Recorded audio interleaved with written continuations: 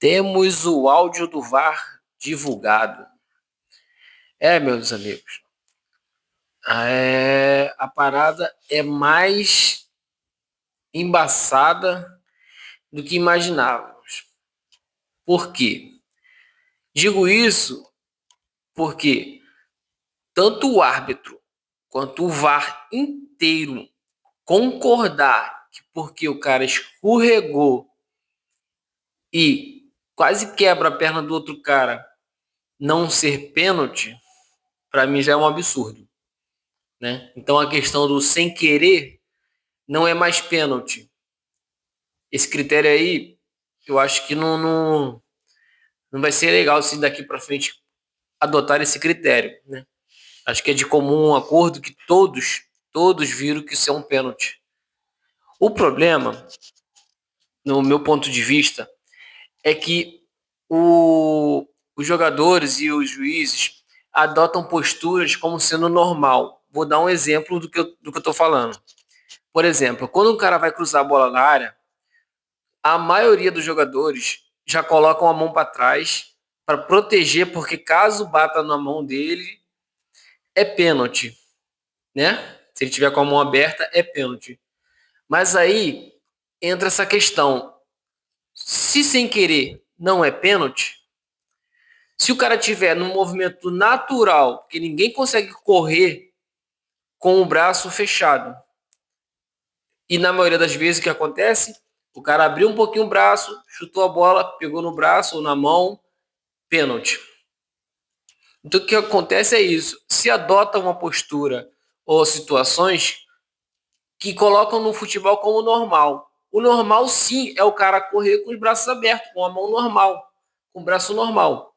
Quando começa a botar a mão para trás, mudando a postura normal de jogo, aí que começa a embaralhar tudo. E realmente fica difícil para os juízes. Ainda mais os juízes de hoje em dia que não tem critério nenhum. É bem difícil essa situação. Então é mais um caso aí, ó. Porque tá dizendo que o cara escorregou, pegou o jogador do São Paulo e não marcou o pênalti. Disse que não foi pênalti. Mas aí se adota esse critério, ferrou. Aí vai abrir mais margem ainda, fora as que já tem, para passar a não dar pênalti. Aí o futebol vai ficar cada vez pior. Na verdade é isso. Ó, resumidamente, o futebol tá ficando chato de assistir. Tá ficando chato de assistir. Porque os juízes, o VAR, tá se tornando protagonista do futebol. Tanto que a maioria de nós passamos a semana inteira discutindo questões de juízes e VAR. Resumidamente, se não derem um jeito e não mudarem essa situação, vai acabar o futebol, vai acabar a graça do futebol.